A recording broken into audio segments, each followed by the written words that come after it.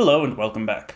This is my handmade Mini Hexaminx, which is the first puzzle in my Mini Megaminx Mods series, which at the rate that I build puzzles will probably be ongoing for the next 10 years. This Mini Hexaminx is about 5 centimeters on each edge, which makes it smaller than a traditional 3x3 Rubik's Cube, as well as the smallest handmade Hexaminx out there that I know of.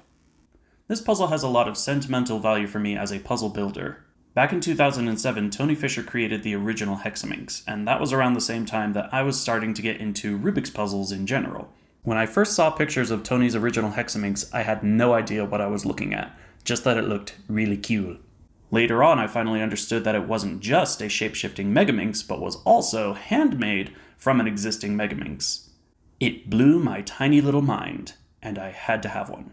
And because I didn't have hundreds of dollars to buy the ones Tony was auctioning off on eBay, I decided to build my own. Now, the Hexaminx was not the first puzzle that I ever built, but it was the inspiration that got me into building puzzles in the first place. And several years later, I finally accomplished that goal of building my very own Hexaminx. And as you all know, this was the result. Turned out really nice. And, looks very nice. That's nice, very nice. Turns out nice, very nice. And in spite of that cringy video, I was proud of the result, and it did look nice. So when I finally got around to making the Giga Hexaminx, I knew I had to make its little brother.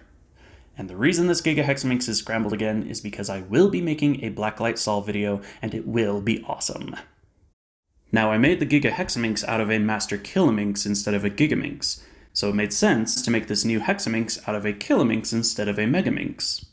The Kilominx is a 2x2 Megaminx, but mechanically speaking, it is identical to a regular Megaminx, which means that I was able to make this puzzle with 0 extensions. And with just a quarter of the pieces that the Giga Hexaminx had, this was a relaxingly straightforward build. All I had to do was cut, fill, sand, polish. And the stickers were hand cut from, of course, my favorite material, the old fluorescent textured vinyl, which in my personal opinion gives every puzzle the best possible look. Now, unfortunately, I do not have any footage of me making this puzzle because I was focused on finishing the Giga Hexaminx, so I didn't bother recording myself making this puzzle.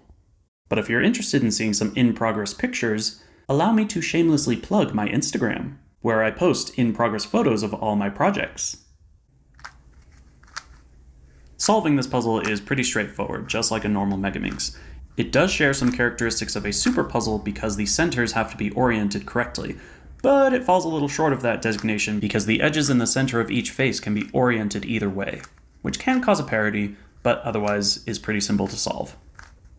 The shapeshifting does add an extra challenge, but also makes it look really visually interesting when you're solving it, which of course means that I'm going to have to do a blacklight solve for this puzzle. So like I mentioned, this is the first puzzle in my Mini Megaminx Mods series. If you would like to have a voice in what I build next, then consider supporting me on Patreon. Civic Duty patrons get to vote on which puzzle I build next. Your support is very appreciated. Otherwise, that's about it. Thank you all for watching. Let me know what you thought about this puzzle in the comments below. Click all the buttons, and I'll see you guys again next time.